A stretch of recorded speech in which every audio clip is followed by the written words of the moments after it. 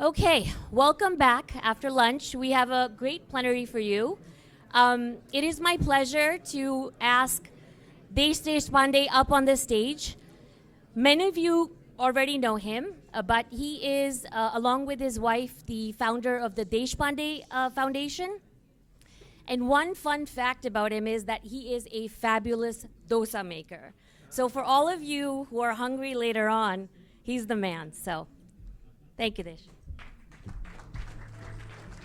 No, I Oh, got you this. got it, okay. Good afternoon. Can you hear me? It's all turned on? Great. Well, thank you and welcome. You know, I think that's not my slide. Okay, there it is. So, you know, there are 4 dimensions to what our foundation does. Our foundation was set up in 94 is when my first company went public, Cascade Communications. So 95 is when we set up the foundation. So we've been at this now for 30 years, and the last probably 10, 15 or so, almost 90, 95% of our time. So we've been at it quite a bit, and there's probably 4 dimensions to what we do. One is working with the smartest of the smart people to see how we can make their ideas impactful. And secondly, working with people who are being left behind. You know, how do you make sure that they also have a way to make a living? And then it's in US and in India. MR asked me to focus today on primarily what we do in US. So I'm going to focus on US, but you know, they're very synergistic. What happens in India helps US, and what happens in US helps India, and you'll see that. So the let me get the clicker here. So early 90s, you know, when we were working on, how do you, do I have to point it somewhere? Can you just put the next slide? Okay. So, you know, 95 to 2000, I was still doing companies. So 98, I started Sycamore Networks. 99, it went public. And 2000, slowly I started getting more involved with the foundation. And that's when we started thinking a little bit more about what can we do. And you know, I came in 73, and it was just a fabulous ride until 2000, being an entrepreneur and having doing things that you didn't know you could do.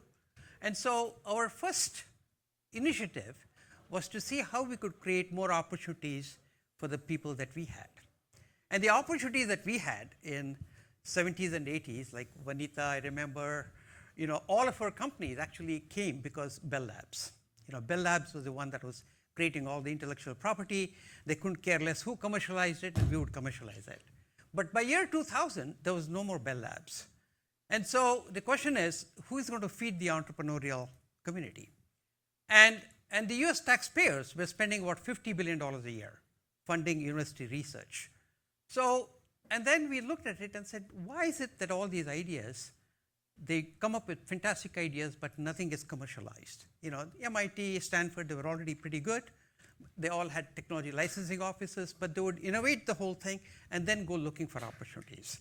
So the simple idea that we came up with is that if you connect the innovator to relevance as they're innovating, as opposed to wait until they innovate the whole thing, the idea will have a bigger impact. You know, and that's true, because what happens is anytime you have very creative minds, they become clubby and they move further and further away from the real world, and so they get more into impressing each other as opposed to impact. Not that they mean it, but that's what happens. So if you want to have any intellectual environment, a think tank, a policymakers, to have an impact on the real world, you have to invest a certain amount of money to connect them to relevance, right? And that was the initiative at MIT Deshpande Center. And it turned out that within the first 3 years, when they looked at it, any time that went through the center was 3 times more likely to have an impact than otherwise. So it was pretty powerful. And then I got to co-chair a council for President Obama in 2010. And then by that time, MIT and Stanford were doing pretty good, and they could always be doing more. But the R&D dollars were spread pretty equally throughout the US, Kansas and Indiana and Florida, and all the places would get a lot of research money, but not much was coming out of it. So I had an opportunity to work with National Science Foundation to roll out the MIT model as a nationwide model. And it was called I-Core, Innovation Core. And it was a funny thing. At that point, the NSF budget was $7.4 billion. And the US Congress would not allow that program to be passed. But then the NSF director took $1 million from us, $1 million to $7.4 billion, and made it into a public-private partnership. And then the US Congress passed the bill, actually. But fortunately, it was so impactful that the very next year, it became a line item. And so now, it plays a very, until recently, played a very dominant role in NIH, NSF, and so on. So there's about 300 universities that are all part of that I-Core program. 2,500 startups have come out of it, and about $5 billion is the equity that they've raised. So that was very impactful. But then we looked at what's happening in India. In India is spending about 100,000 crores a year doing research, but not much comes out of it. So 7 years ago, I thought we need to replicate I-Core in India. And so we started this program 7 years ago. It's called Gopal Krishna Deshpande Center at IIT Madras. But it's not really an IIT Madras program. It's a nationwide program. And it's been running for 7 years, and it's the same thing. It works really well. And fortunately, last year, Department of Science and Technology embraced the program, so we do it together. So I'm hoping that we can do it for another 4 or 5 years, and then the government will take over in India. So it's nice to start with programs which sort of work as a proof of concept, and then they cause the systemic change. And so you see an idea here where it started off in US and then went to India. And then what happened was, after that, we started thinking about what else can we do in India. And I and Jayashree, my wife, who also went to IIT Madras, we said, well, we're doing enough in IIT, MIT, and so on. Is there anything we can do for the people at the bottom of the pyramid? And so that's the idea that got started in India, but the same philosophy came back to US. So the high-end technology implementation started in US, went to India. The low end, the social enterprises, they all started in India and came back to US, and I'll tell you what happened. So, there's 8 billion people in the world, out of which about 3 billion people have disposable income and 5 billion don't have disposable income. And everybody does, whether it's a startup or a big company, government, entrepreneurs, industry, universities, everybody is trying to have some impact on the lives of these people. But the way you have the impact on the lives of the people at the top is very different than the way you have impact at the bottom. And that was sort of the key insight. If you want to have an impact on the people with disposable income, you have to bring something new to the game, because it's a very competitive environment and people have money, and therefore they have a choice. And so they have to be convinced that the solution that you offer is what really makes a difference. And therefore, it's a competitive environment, so you have to start with innovation. And when that innovation meets relevance, when it's directed to some burning problem that people have, you have an impact. And that was sort of that MIT, I-Core, Incubate, all that kind of stuff. But then, when you really want to have a impact on the people with no disposable income, these are people, particularly if you go to the bottom, they're just struggling to get through the day. So for them, intellectual property and highly competitive solutions and everything else does not make any difference. So what you have to do is you really have to start with the relevance. You really have to start with understanding their problem. You have to build capacity within those communities, and then you bring in something new. You do have to do something new, because you can't do the same thing and see a difference. And then if you're lucky enough to find a solution that actually works, then you can throw in a lot of technology, strategic planning, financial engineering, all that kind of stuff to scale those programs. But you cannot start with innovation, which is sort of, I found, was the fundamental problem in the way we thought about that problem. Because all of us start by saying, what are we good at and what is it that I can give that I'm good at? And most of the people in this room are good in innovation, right? In thinking, in coming up with new solutions. So you tend to lead with innovation as opposed to relevance. So it's very important that you lead with relevance. But then you can use the same methodology, same product development and everything else. But the product development in this sector is actually a lot more challenging. You know, when people have disposable income, you go tell a friend that you just saw a product that you like, they will order it. If they like it, great. If they don't like it, they'll throw it away. But in this segment where people have very limited resources, if you ask them to put 10,000 rupees behind some solution, and if they put 10,000, you better make sure that you guarantee the outcome. Otherwise, it's fatal for them. It's an existential thing. So your product development has to be actually a lot more rigorous in this sector than it is in the other sector. So I'm not going to talk about what we do in India, but I just want to give you some photographs of this program that we do in India. So it started off in 2008. This is the first center that we built. And then we built this beautiful skilling campus, which is a 300,000 square foot campus, where we have skilled about 20,000 students, and now we are scaling it. And then we have a 100,000 square foot incubator in Hubli. And there's another campus that's just coming up in Nizamabad, Hyderabad. This will be inaugurated in another 2-3 months. But then let's come back to US. So when we started seeing some impact in India with the approach of actually co-creating the solution, building capacity, and then throwing more and more technology and scaling with it, we said, let's bring that solution back to US. So in US, I think the disposable, non-disposable, in India it would be maybe 30%, 70%. In US it may be 70%, 30%. So the bottom 20, 30% of the population are getting unemployed, and it's a problem that won't go away, because as all the people in this room use AI and automate, there's going to be a lot of people who are getting automated. Now, how do they get back into mainstream, right? And so for entrepreneurs, entrepreneur is a solution for everything, right? And I think it's very fundamental, because there are 3 types of people in this world, right? People who complain, people who solve problems, and people who don't care. And so if you want to really bring energy to these impoverished communities, you have to somehow convert those people into problem solvers, right? And so that's the fundamental basis behind this E for All is built. So what happens is we have been at this now for the last 15 years working on it. So let me tell you. And the idea behind this is the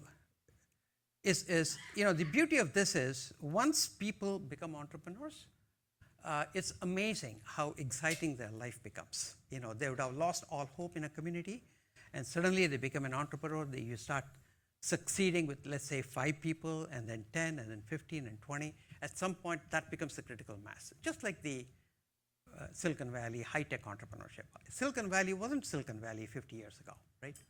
But now it is. And so similarly, if you can do the same thing for these people who are being left behind, they can find the way into life again. And so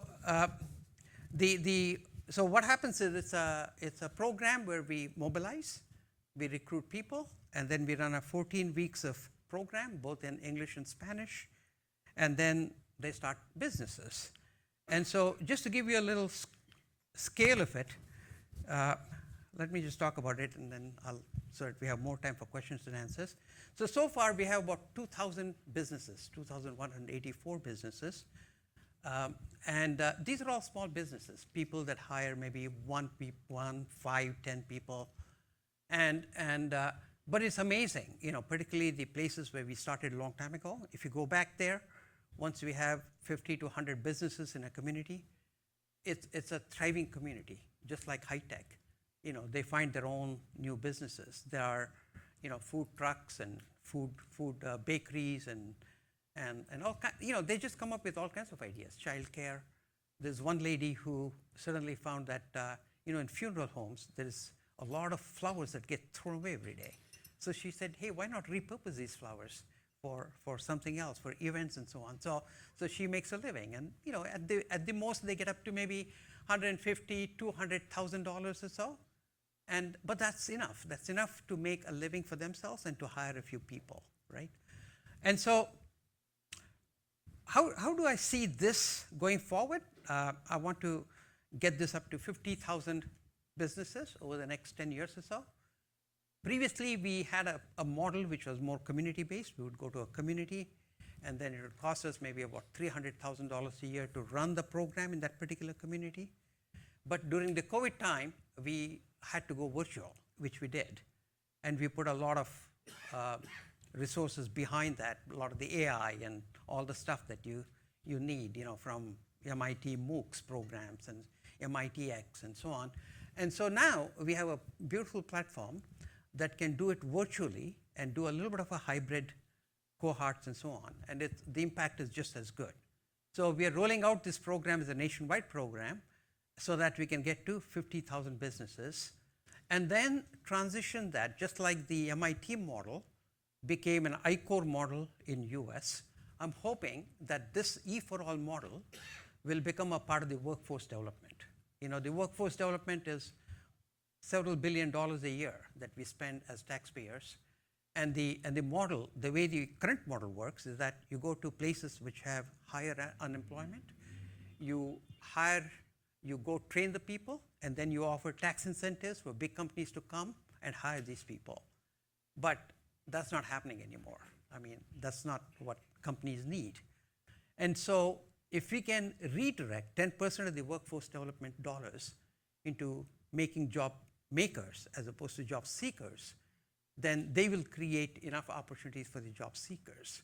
And that becomes the new model. I think we have been talking since yesterday quite a bit about AI and what will happen with the AI and so on. And the bottom line that everybody comes back to is that it's going to create a lot more jobs than what we have now, but it's going to be turbulent. It's not that different. It'll happen in a shorter time, but it's not that different than what happened when at one point the world used to have 98% of the population grow food, right, agriculture, and 2% was doing something else. And then it shifted to 2% doing agriculture, 98% doing something else. And it would have been impossible to think about what those 98% people would do at that time if they were into farming, right? And so it's a similar thing, but then, things are going to change fast. And when things change that fast, there are only two options for every individual. Either you can grudgingly accept the change, or you can willingly lead the change. And willingly leading the change is what creates employment. So all these people, once you create these 50,000 entrepreneurs, there are never entrepreneurs who are happy with doing one thing, right? Just like serial entrepreneurs, they'll do another one, another one, another one. So in another 5-6 years, there'll be a lot of these entrepreneurs who already have that entrepreneurial skill, and they will be the one that will figure out how AI fits into those communities, right? I mean, we're talking about what will those new jobs be. We don't have to figure that out. If you have problems, if you have people who are creative enough to have that entrepreneurial skill to figure out, just like entrepreneurs in Silicon Valley. I mean, it doesn't matter. AI is one thing, but everybody picks away at one little thing here and starts a company, right? So just like that, I mean, these people, I'm sure, will take advantage of the changes that are happening in the world and come up with new things. So instead of us trying to design top down and figure it all out and figure out where AI is headed and what kind of jobs we'll have and so on, I think a better approach is to create a whole bunch of entrepreneurs, not just at the high end, but also at the bottom. It doesn't matter whether it's India or US. And then they can figure things out. Because once people are excited about identifying a problem and solving the problem, then you don't need a top-down design. A bottom-up approach would work. And one of the things that I would love to see is, so far it's been, most of my other board members, other people who are very involved with this, has been non-Indians. But India has so many successful entrepreneurs. they should be able to relate to this business very easily. So I'd love to see some more Indiaspora people jump into this program and help out the E4All and get to 50,000 so that Indiaspora can say, this is what we did. We created this new America, right? And you can be the ones who makes the America great again. So.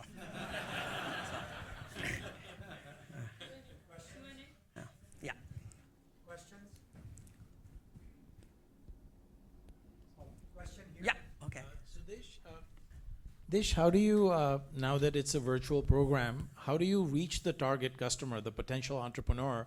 I would imagine that would become harder if you're not working with specific communities. They figure out through social media, actually. Yeah. So they've been able to very successfully mobilize a lot of people.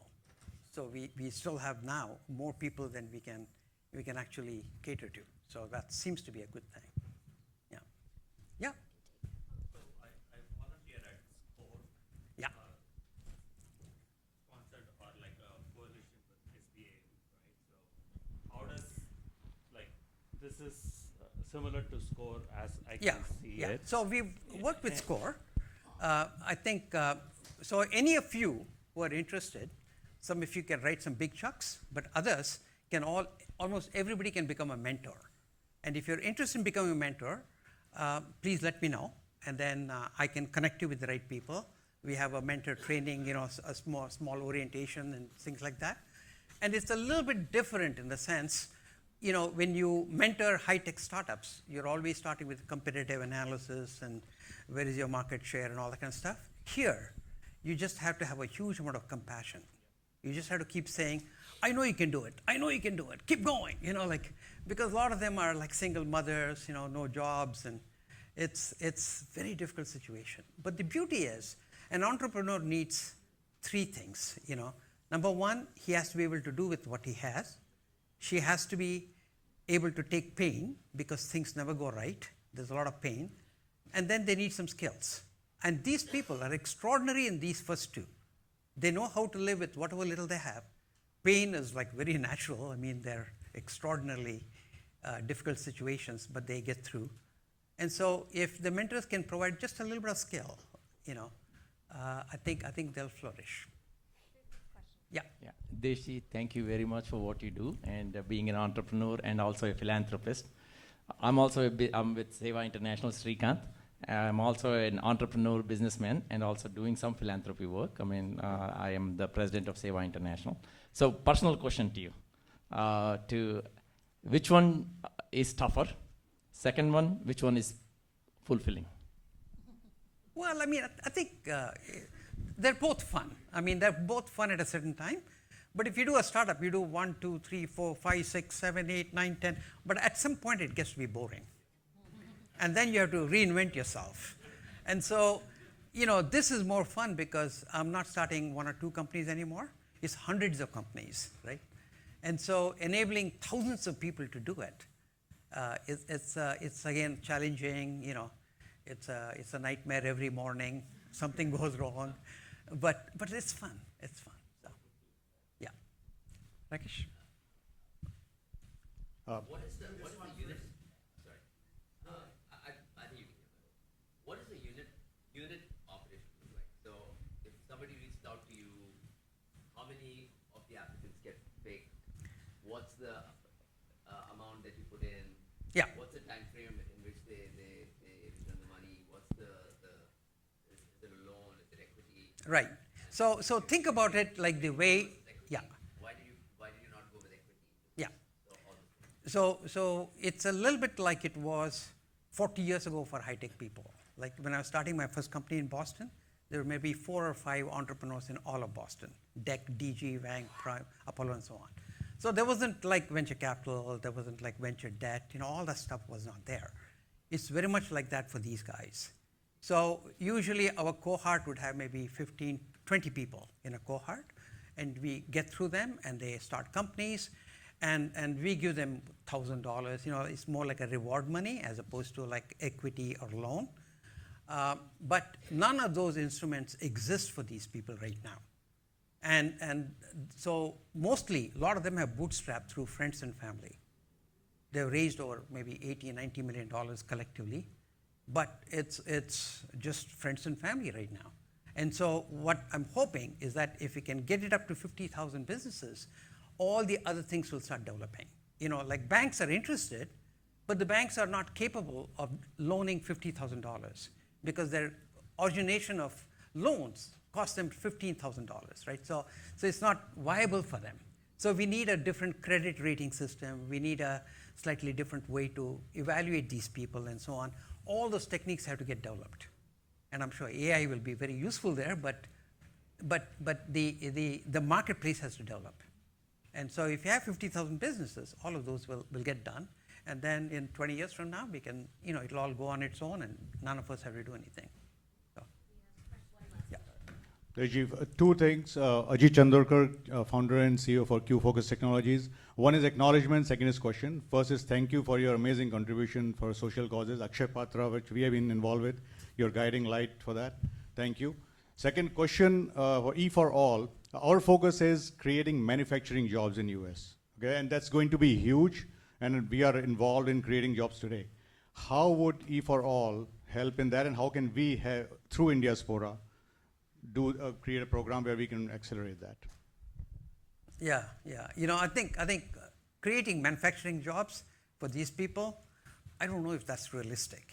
We were just talking, and Anurag and Gunjan were saying that, like if you saw the most latest survey, 86% of the Americans believe that we need to get manufacturing back here in US. But then if you say, how many of you want to work in manufacturing? It's 2%, right?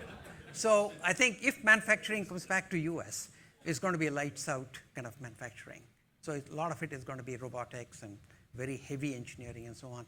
So I don't know if you can create jobs for these people. For these people, I think it's going to be a lot of it is going to be service.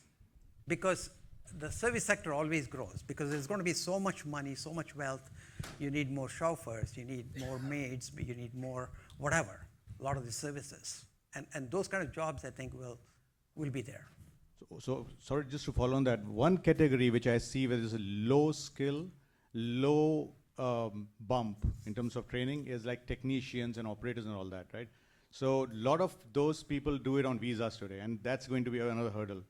So some of these could be trained for those. So that's what I believe. Yeah, maybe we can figure out. I mean, it won't be zero, but I would love to work with you. Reskilling has to be sure. there. Yeah. Sure. Great. Well, thank you. Thank you very much.